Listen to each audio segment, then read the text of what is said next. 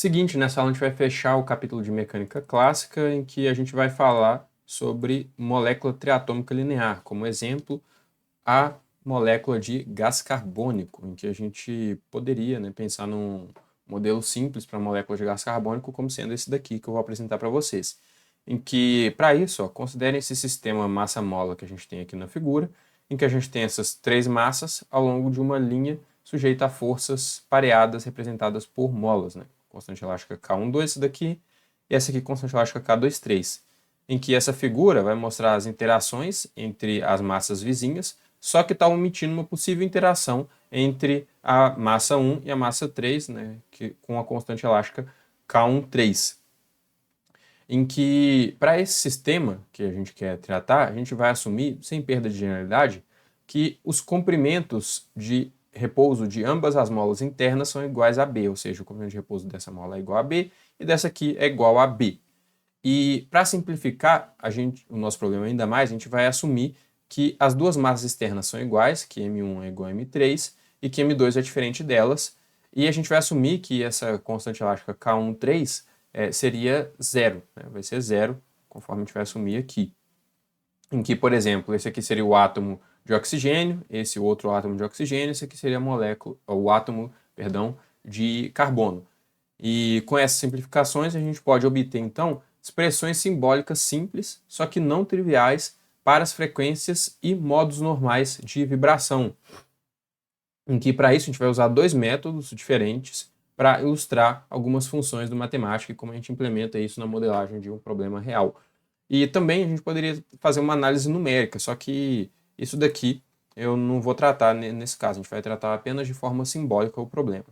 Então, para isso, ó, eu vou primeiramente carregar o pacote Notation, que é o pacote de matemática que eu já mencionei em aulas passadas, que me traz algumas funções, né? Como, por exemplo, essas daqui, né? Tem esse Full Notation Palette que a gente pode clicar também aqui e abrir para ver as funções, enfim.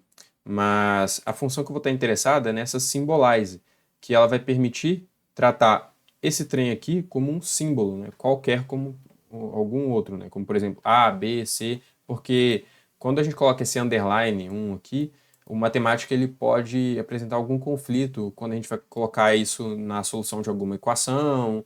Enfim, matemática pode apresentar algum conflito quando a gente coloca esse underline, e para evitar isso a gente vai usar a Symbolize.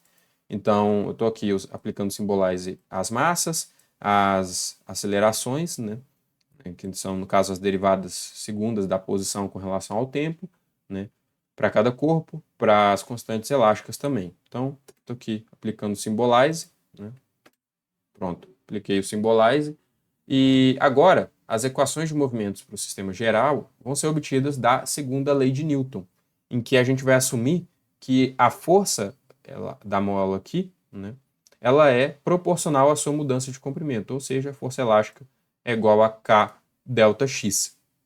É isso que a gente vai assumir. Então, a gente pode construir a equação de movimento para cada corpo, né, conforme se segue aqui. Então, está aqui uma lista com as três equações de movimento.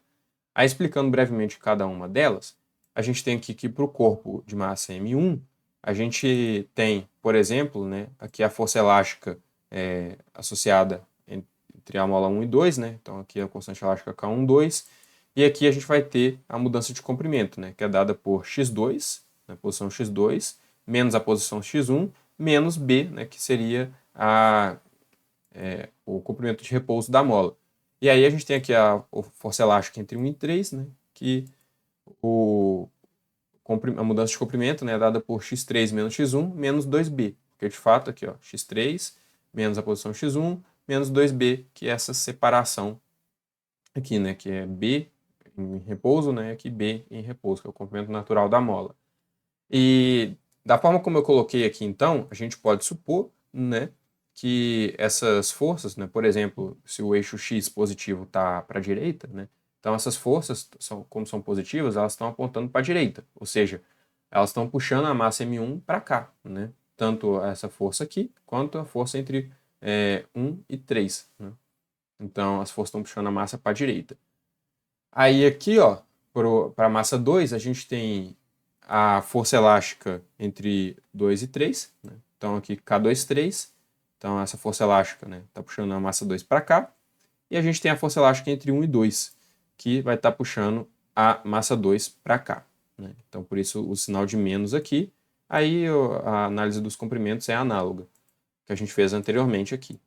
E já para massa 3, né, a gente tem que a força elástica, né, tá puxando, né, a massa 3 para cá, né, a força elástica entre 2 e 3, e a força elástica entre 3 e 1 está puxando para cá, conforme a gente pode ver aqui, né, com o sinal de menos introduzido.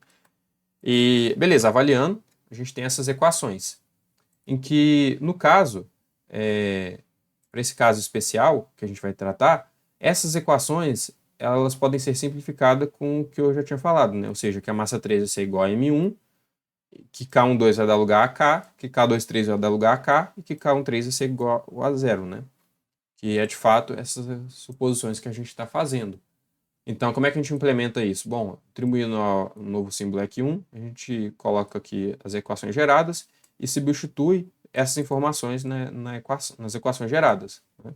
Então, fazendo isso, ó, a gente tem novas equações com essas informações aqui substituídas. Então, você pode reparar que, por exemplo, o K13 sendo zero, né, esse termo aqui vai sumir. E, de fato, é isso que acontece aqui, né, para a equação, né, de x3, x2.3. E beleza, que M1 também deu lugar a M3, enfim. Aliás, M3 deu lugar a M1, né? Perdão, que aqui eu coloquei M3 dá lugar a M1. Poderia ter feito o contrário também, mas enfim. E também uma outra questão que eu quero tratar aqui é o seguinte: vai ser útil a gente eliminar esse comprimento de repouso aqui, menos B, né? Porque ele não vai fazer tanta diferença aqui no nosso caso. A gente vai estar interessado mais nos modos normais e de modo que, para isso, a gente vai poder eliminar esse B aqui sem prejuízo, fazendo uma mudança de variáveis. E para isso, como mudança de variável a gente vai introduzir, por exemplo, se a gente fizer x1 sendo eta1 menos b, né, se a gente introduzir isso aqui ó, vai ficar eta1 menos b, só que é menos, né, então vai ficar mais b, e aí o b some, por exemplo, dessa equação. Então a gente vai fazer isso, né, para as três equações. Aqui o x2 vai dar lugar ao eta2, o x3 vai dar lugar ao eta3 mais b, e o x2.1 vai dar lugar ao eta2.1, x2.2 vai dar lugar ao eta2.2, enfim. Em que esses etas aqui vão ser justamente os modos normais de vibração. Por isso que a gente está fazendo essa mudança de variáveis, porque é justamente esses caras aqui que a gente está interessado, e aí a gente dá conta dos b's introduzindo eles, né? Então, para isso, ó, eu vou também, como está subscrito aqui o 1, eu vou usar o Symbolize para não dar nenhum tipo de conflito. Então, usando o Symbolize e fazendo essas mudanças, né, a gente tem novas equações. Então, a gente tem essas equações aqui agora para o nosso sistema, em termos dos modos normais, eta1, eta2 e eta3. Em que esses modos normais, né, vão ser os no caso, né, o modo normal eta, né, vai ser o vetor solução dessa forma aqui, ó, eta de t igual a eta zero exponencial de menos i ômega t. Por quê? Porque a gente espera que esse nosso problema aqui, né, a solução ela seja do tipo oscilatória, né, que as molas elas fiquem, aliás, que as massas elas fiquem ali oscilando. Então, se a gente pode supor que esse sistema é oscilatório, a gente pode supor, consequentemente, que as soluções para esses modos normais eta vão ser do tipo oscilatório. E a gente tem uma solução justamente dessa forma aqui, né? Introduzindo essa exponencial de menos i ômega t, a gente tem uma solução oscilatória para o problema, em que esse eta de zero vai ser amplitude, né? E aqui a gente tem a exponencial de menos i ômega t, em que ômega vai ser justamente a frequência de vibração que a gente vai estar interessado em analisar. Então, o vetor, né, no modo normal, eta vai ser composto de eta1, eta2 e eta3, né, em que cada um vai ter essa forma aqui. E fazendo essa substituição aqui, ó, também, porque na verdade é uma consequência natural disso aqui que a gente introduziu, né? Se a gente está supondo que eta é dessa forma, se a gente pegar a derivada segunda de eta com relação ao tempo, vai cair um menos ômega quadrado eta, né? E a gente vai ter, então, que a gente pode substituir eta dois pontos por menos ômega quadrado eta, né, para cada coordenada no caso. E aí, fazendo dessa forma, a gente vai ter a dependência temporal dividida. né? Porque aqui, ó, a gente vai ter exponencial de menos i ômega t dividido, fazendo dessa forma também, né? Porque, por exemplo, aqui, ó, para eta 2.1, né, vai dar lugar a menos ômega quadrado eta, aí vai ter uma exponencial de menos i ômega 1t, né? Aqui vai ter uma exponencial de menos i ômega 1t, né, exponencial de menos i ômega 2t, né? Então a dependência temporal se divide, é isso que a gente quer dizer aqui. E, bom, também vai ser conveniente substituir as equações por diferenças para que a gente possa extrair a matriz de coeficientes usando o coefficient. Em que a gente vai fazer, no caso? A gente vai agora fazer uma nova equação, né? Que a gente vai pegar aqui a equação 3 e fazer essas substituições, né? Eta 1 vai dar lugar a menos ômega quadrado eta 1, eta 2, dois pontos, né? Vai dar lugar a menos ômega quadrado eta 2, enfim. Então a gente vai ter as novas equações. Aí beleza, a gente quer montar uma matriz de coeficientes para eta 1, eta 2 e para eta 3, né? Para cada uma dessas equações. E aí como é que a gente vai construir essa matriz de coeficientes? Bom, estou atribuindo ao símbolo matrix aqui essa matriz de coeficientes. Mas o que é esse código aqui? O que ele está dizendo para a gente? Bom, vamos pegar primeiro, ó, essa parte. Isso aqui é uma função pura, né? Para isso eu estou usando a função coefficient. Na primeira entrada eu tenho que passar, se vocês forem se lembrar, o polinômio. E aqui os coeficientes que eu quero desse polinômio, né? Aí beleza, estou fazendo essa construção de função pura e estou mapeando isso, né, a esse trem aqui. Só que o que é esse trem, né? É a equação 3 em que eu estou substituindo o igual pela subtração, né? Ou seja, eu estou basicamente, né, passando esses termos aqui para o lado esquerdo da equação, né? Então, isso é análogo a fazer equal igual a subtract. Então aqui agora a gente tem essa equação e essa daqui. E aí qual que vai ser a ideia? Eu quero a matriz de coeficiente de cada equação. Então eu vou querer os coeficientes de, aliás, o coeficiente de eta 1 dessa equação, o coeficiente de eta 2 dessa equação e o coeficiente de eta 3 dessa equação. E aí eu vou querer isso para cada uma dessas equações. Então, a partir disso, a gente vai ter a nossa matriz, em que o coefficient vai fazer justamente isso. Ó. Repara, ele vai... Aliás, é isso que esse código está fazendo, né? Está construindo essa matriz, porque ele está mapeando isso daqui, né, nesse trem aqui, que é o quê? Né? Pegar o coeficiente de eta 1 daqui, o coeficiente de eta 2 e o coeficiente de eta 3. O coeficiente de eta 1 dessa outra equação, eta 2, eta 3, assim por diante. Então, beleza, é isso que esse código vai fazer. E a partir disso, ó, eu estou atribuindo esse símbolo aqui, suprimindo o output e aí colocando em formato de matriz apenas para a gente visualizar de forma mais fácil. Então, fazendo isso, ó, repara. Aqui eu tenho os coeficientes, na primeira linha, né, eu tenho os coeficientes para a primeira equação, na segunda linha para a segunda equação, na terceira para a terceira equação. Então aqui, ó, se a gente for fazer o exercício, ó, aqui seria eta 1, né, os coeficientes de eta 1. Vamos pegar essa equação aqui e ver se bate. Aqui, ó, a gente tem eta 1 aparecendo aqui, né? Menos k vezes menos eta 1 vai dar mais k eta 1. E tem eta 1 aqui. Colocando eta 1 em evidência, vai ficar k menos m1 ômega quadrado. Justamente esse termo aqui, ó. Eta 2. Eta 2 aqui é menos k. Então tá aqui o coeficiente de eta 2. O coeficiente de eta 3 é zero porque não tem eta 3 nessa equação. Então, o nosso código está funcionando direitinho. E aí, isso aqui são para as outras equações. Em que, se vocês forem reparar, essa matriz aqui, ó, ela é simétrica, né? Então, no caso, tanto se a gente for olhar para as linhas, quanto pelas colunas, a gente tem os coeficientes de cada equação. Ou seja, a gente tem os coeficientes da equação 1 olhando pela linha, ou os coeficientes da equação 1 olhando pela coluna. E aí, beleza. Portanto, as frequências vibracionais, que vão ser os ômegas, para os modos normais, que são os zetas, são soluções dessa equação aqui, ó, matrix escalar, né, matrix dot, eta, né, que é o produto dessa matriz, vezes o vetor coluna eta, né, que é um eta 1, eta 2, eta 3, isso aqui é igual a zero, né? Então, as frequências, né, ômega, para cada ômega, né, vai ser solução dessa equação. E como é que a gente determina isso daí, né? Como é que a gente vai determinar esses ômegas? Bom, resolvendo, na verdade, essa equação aqui, né? Que as soluções dessa equação é equivalente a essa condição, né? De fato, se a gente for pegar essa equação aqui, como é que essa equação vai dar zero?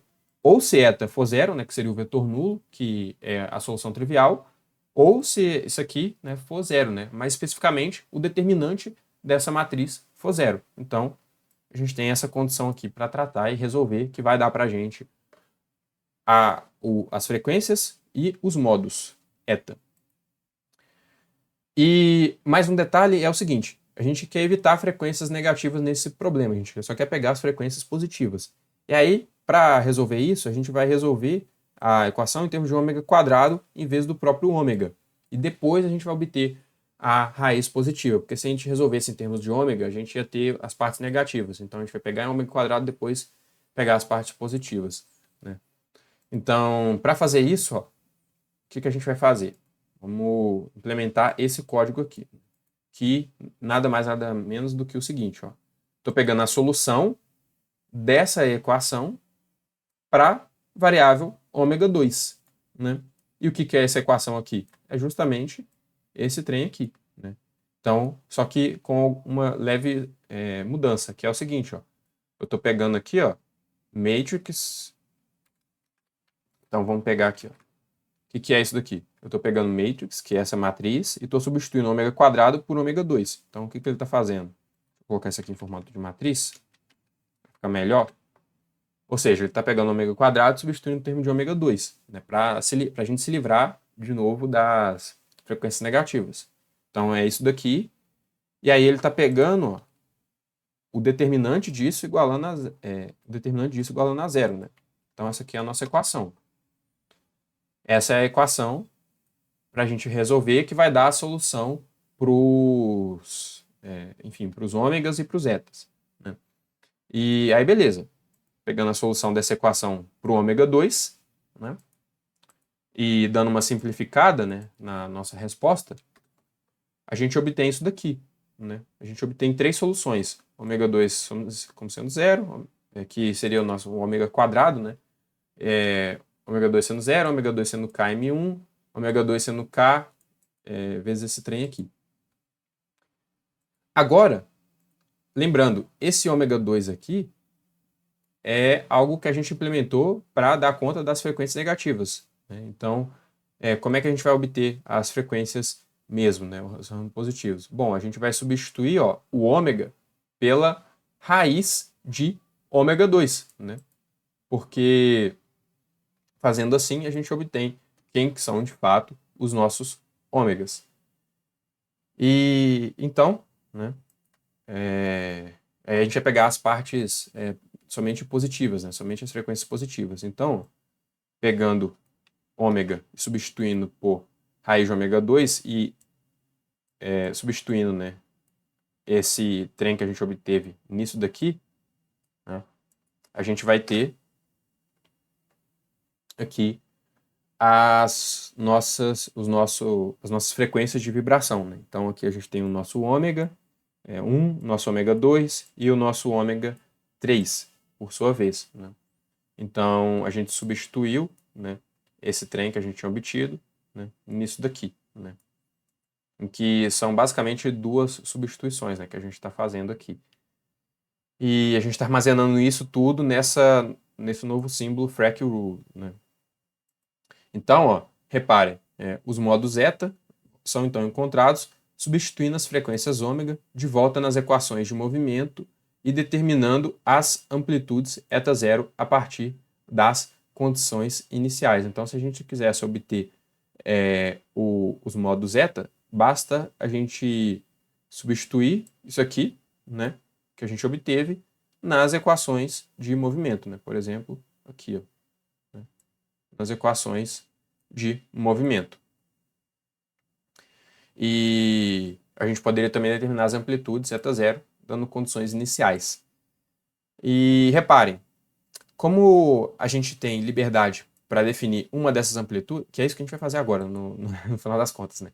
Como a gente tem liberdade para definir uma das amplitudes pelo fato do sistema ser linear, em que a gente pode escolher uma das amplitudes, né, desse sistema aqui, ó, justamente por ele ser linear, a gente vai fazer justamente isso para resolver o nosso problema, né? Em que, dando uma simplificada, qual amplitude que a gente vai escolher? A gente vai escolher a unidade, mas a gente poderia ter escolhido qualquer outra, né? Por exemplo, 3, 5, 7, enfim, a gente vai escolher uma unidade para facilitar. Só que essa amplitude que a gente pode escolher do nosso sistema, ela não pode ser a central. Por quê? Por conta da simetria do nosso problema. Então, a gente tem que escolher uma dessas duas amplitudes aqui, ó, né, de 1, da massa 1 ou da massa 3, como sendo 1. E a partir disso, ó, repara, eu vou fazer justamente isso aqui que eu falei, né, encontrar esses modos zeta, né, em que, para isso, ó, vamos pegar, reparem, eu estou implementando uma tabela e dentro dessa tabela tem um solve. Então vamos quebrar esse código aqui, ó. Primeiro eu vou olhar para esse solve, o que ele é, né? E aí eu vou olhar também o que está dentro do solve no final das contas. Então, ó, o que é isso daqui que está dentro do solve? EC3, o que é nosso EC3? É isso daqui, certo? Esse trem aqui. Na verdade, né, é esse trem aqui, né, perdão, EC3 é isso daqui, né, que a gente poderia ter chamado aqui, ó, EC3, é isso aqui. Aí eu vou substituir nosso frac rule, em que isso aqui só vai fazer sentido dentro da tabela, mas eu vou explicar basicamente o que está sendo feito, né? Em que, reparem, aqui ó, de frac rule, né, a gente tem as nossas frequências de vibração. E aí eu vou pedir para o matemática, né, substituir o eta1, vou pegar EC3 aqui, o eta1 como sendo 1. E a partir disso, né, eu vou substituir o eta1 como sendo 1, né, que é a amplitude que eu estou escolhendo para ser 1. Aí, a partir disso, a gente vai ter a solução da nossa equação. Só que se a gente for fazer isso daqui fora do ambiente de table, não vai dar certo. Mas se a gente pegasse, por exemplo, aqui 1, né, a gente poderia dar uma olhada no que vai acontecer, né? Então, por exemplo, para a primeira entrada, né, então deixa eu quebrar isso aqui em partes, né? De novo. O que é isso daqui, né? Isso daqui, ó, EC3, estou substituindo em EC3 a primeira entrada de frac rule, ou seja, isso daqui, ó. Então, vamos lá. Pronto. Substituir a primeira entrada de frac 3, né, de frac rule, né, em EC3. Então, aqui, ó, ele colocou que ômega é igual a zero, né, em todos os casos. E aí, eu vou substituir que eta1, substituir que eta1 é igual a 1. Né? Fazer eta1 ser igual a 1. Então, substituir eta1 igual a 1. E aí, a partir disso, eu vou resolver esse sistema aqui de equações, né, para eta2 e para eta3. Então, reparem, aqui a gente tem uma equação, um sistema de equações, né, envolvendo somente eta2 e eta3. E aí eu vou determinar as soluções desse sistema. Então, eta2 vai ser igual a 1, eta3 vai ser igual a 1, né, nesse caso aqui. Então, a ideia é fazer isso dentro desse ambiente de tabela para varrer todas as entradas de frac rule, né, que são todos esses modos aqui. Né? Aliás, todas essas frequências de vibração. Então, fazendo isso, ó, reparem, ele me dá a solução do nosso sistema para cada caso. Então, para ômega 1, né, a gente vai ter essa solução aqui. Né? Esses vão ser os modos normais de vibração. Para ômega 2, que é esse daqui, esses vão ser os modos normais. E para ômega 3, né, esses vão ser os modos normais eta 2 e eta 3. Em que, beleza, o que isso quer dizer? Né? A gente obteve os modos normais de vibração e a gente obteve também as frequências de vibração. Só que o que isso quer dizer? Isso quer dizer que o quê, né? O modo de frequência zero, que é o ômega 1 igual a zero, né? Para esse caso aqui, ó, vai representar o movimento de todo o sistema sem nenhuma vibração interna, né? Então, sem nenhuma vibração interna, né? É o caso que ômega 1 é igual a zero.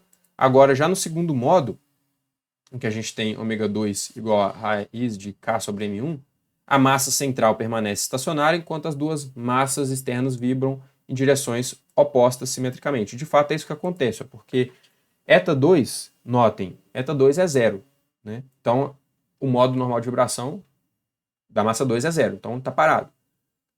Já o modo 3 é menos 1, né? Então, ele vai estar oscilando na direção menos 1. E o modo 1, a gente está definindo aqui como sendo 1, né?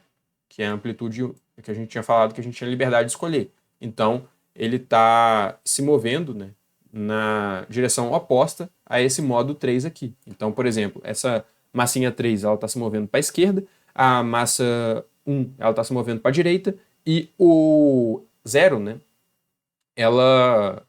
e a massa 2, no caso, ela vai estar parada. Então, basicamente, a gente vai ter um sistema oscilando assim, né, com a massa central parada, né? Então, a gente vai ter as duas massas externas oscilando em direções opostas, enquanto a massa do meio ela fica parada. Para o modo 3 agora, né, que é esse daqui, ômega 3 igual a essa raiz aqui, a gente tem que as duas massas externas se movem juntas, né? Ou seja, eta3 e eta1 se movem na mesma direção, ou seja, para a direita, aqui. Já a massa central ela vai se mover na direção oposta, com as amplitudes relativas proporcionais à razão das massas, né? Que é isso daqui. Então, isso aqui vai ser a amplitude do modo de vibração 2, né? No caso, para o terceiro modo de vibração. Então, essas são as três possibilidades aqui de movimento do sistema que a gente encontrou. Só que a gente poderia ter encontrado esses modos e essas frequências de uma outra forma que eu vou mostrar para vocês aqui agora.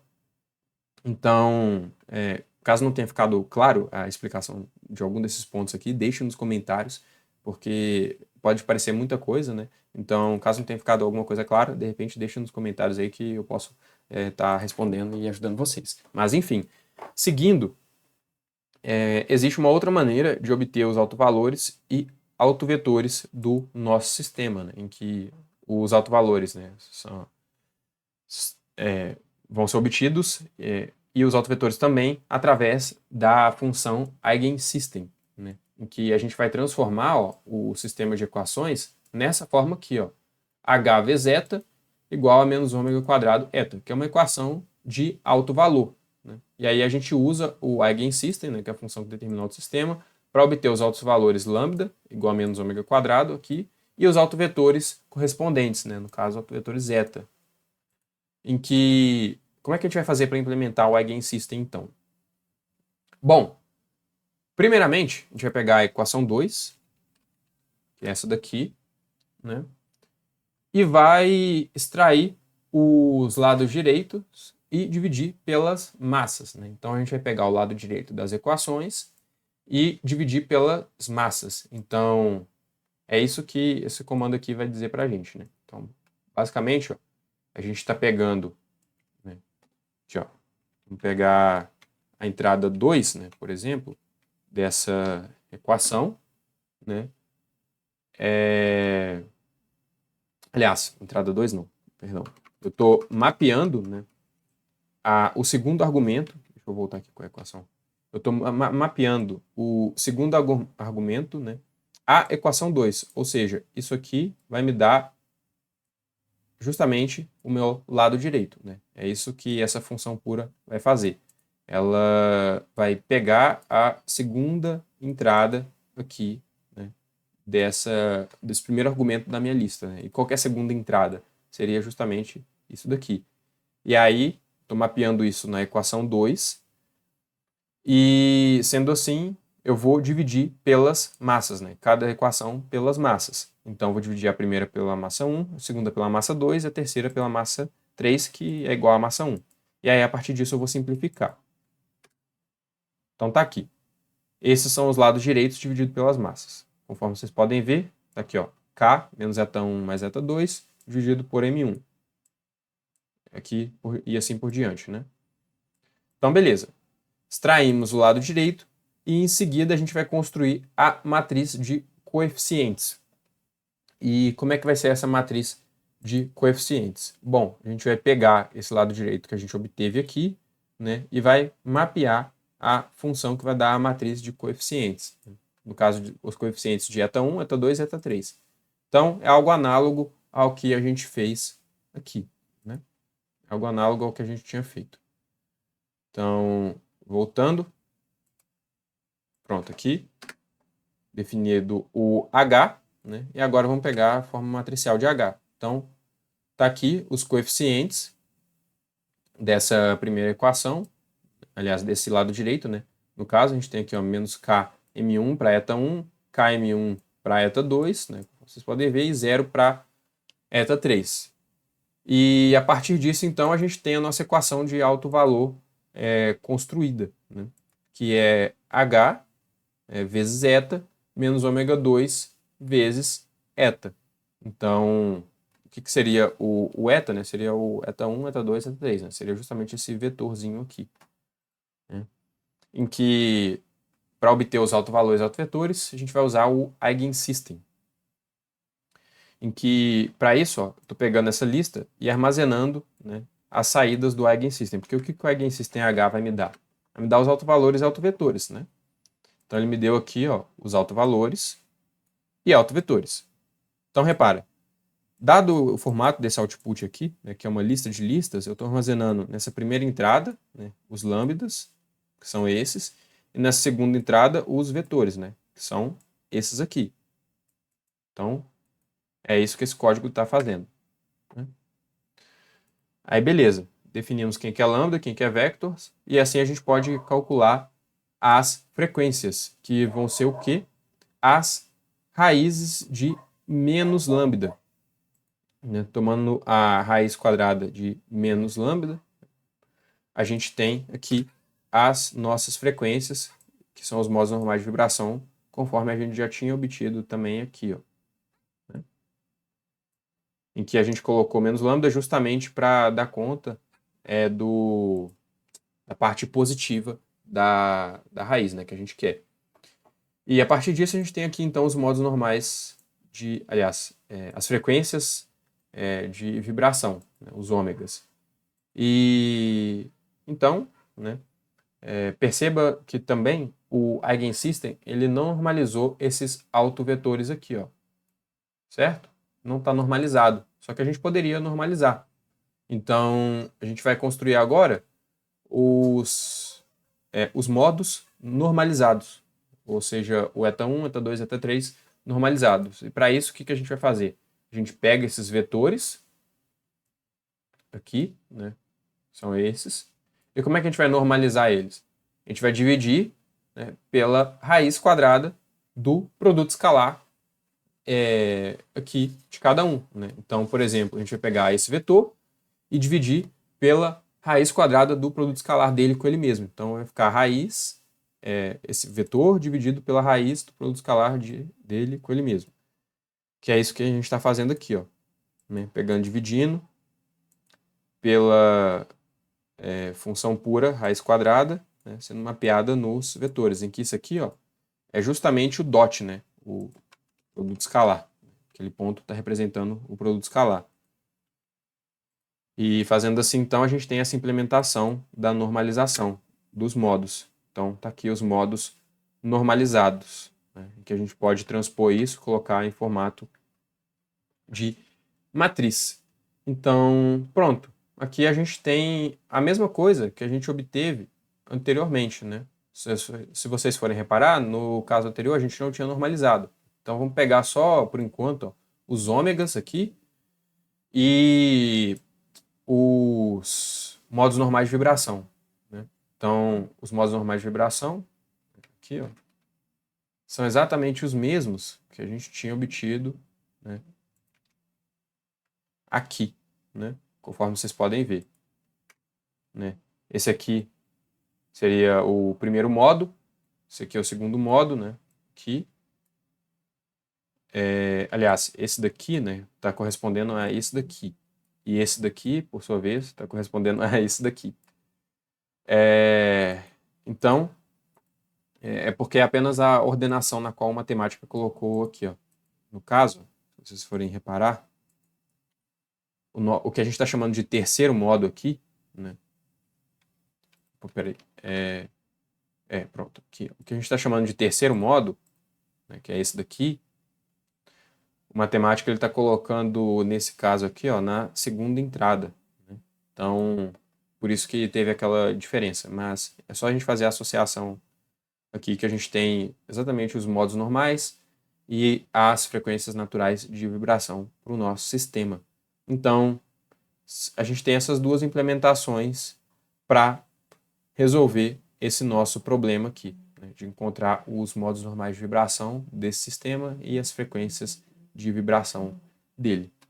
E por hoje é só. Se tiver ficado alguma dúvida aqui, pode ter ficado um pouco confuso essa questão, deixem nos comentários que está ajudando. A aula foi um pouquinho longa também, mas enfim, eu não achei interessante quebrar essa aula em duas. Por hoje é só. Vejo vocês na próxima aula.